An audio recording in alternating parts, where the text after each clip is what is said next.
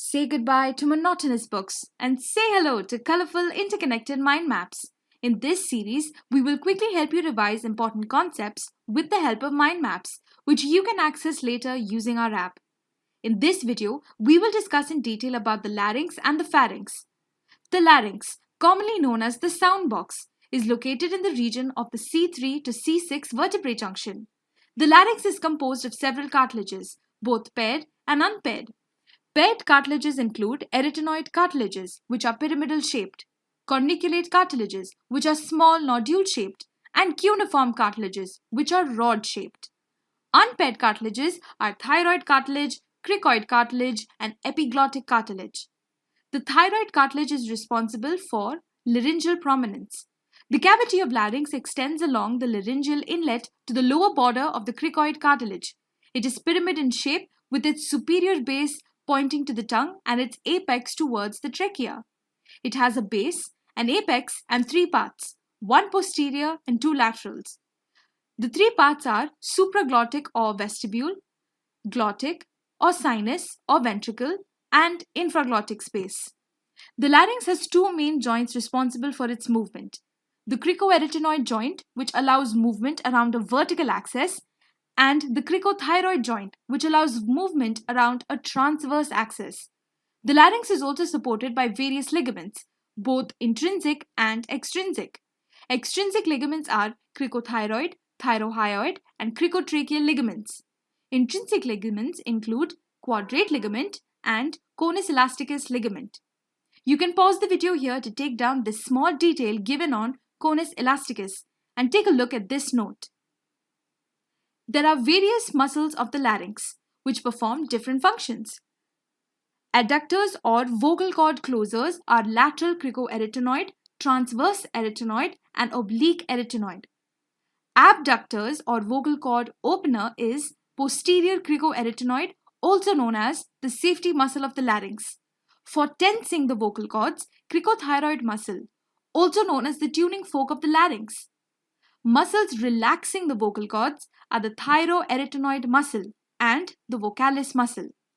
Muscles acting on closing the laryngeal inlet are the aryepiglottic muscles, and for opening the laryngeal inlet, transverse and oblique arytenoids. An important point to remember is that the different levels of the larynx have a different sensory nerve supply. Sensory innervation is done by the internal laryngeal nerve above the vocal cords and by the recurrent laryngeal nerve below the vocal cords. Motor innervation of all intrinsic muscles is done by recurrent laryngeal nerve, except for cricothyroid, which is supplied by the external laryngeal nerve. You can pause the video here and make a note of the blood supply, lymphatic drainage, and clinical implications of the larynx. Next, we come to the pharynx. It is a muscular, funnel-shaped, 12 to 14 centimeter long tube that extends from the base of the skull to the level of the cricopharyngeal junction. It is divided into three parts. First is the nasopharynx. It lies posterior to the nasal cavity around the level of C1. It contains the opening of the auditory tube. Second is oropharynx, which lies posterior to the oral cavity, extending to the level of C2, C3. It contains the palatine tonsils. Lastly, laryngopharynx, which is posterior to the larynx, extends to the level of the C4, C5, C6. It contains the piriform fossae. Moving on, the muscles of the pharynx are divided into two groups. Extrinsic muscles are located outside the pharynx and form a circular arrangement, causing the pharynx to narrow during swallowing. They are known as the pharyngeal constrictors and include the superior pharyngeal constrictor, middle pharyngeal constrictor, and inferior pharyngeal constrictor. Intrinsic muscles are located within the pharynx. There are three intrinsic muscles which are longitudinal: palatopharyngeus, salpingopharyngeus, and stylopharyngeus. The nerve supply to the pharynx comes from the pharyngeal plexus, which receives branches from the glossopharyngeal nerve, vagus nerve, and maxillary nerve. The stylopharyngeus muscle is an exception as it is innervated by the glossopharyngeal nerve. There are various structures present between the pharyngeal muscles. At the level of the base of the skull and the upper concave border of the superior constrictor, we have the auditory tube, levator palati muscle, ascending palatine artery, and palatine branch of the ascending pharyngeal artery. Between the superior and middle constrictors, we have stylopharyngeus muscle and glossopharyngeal nerve. Between the middle and inferior constrictor, we have internal laryngeal nerve and superior laryngeal vessels. Between the lower border of the inferior constrictor and esophagus, we have recurrent laryngeal nerve and inferior laryngeal vessels.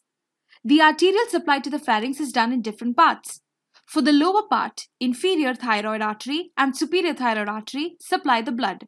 For the rest of the pharynx, ascending palatine and tonsillar branches of the facial artery as well as maxillary artery are responsible. Venous drainage is done by the pharyngeal plexus, which is located on the posterior wall of the pharynx.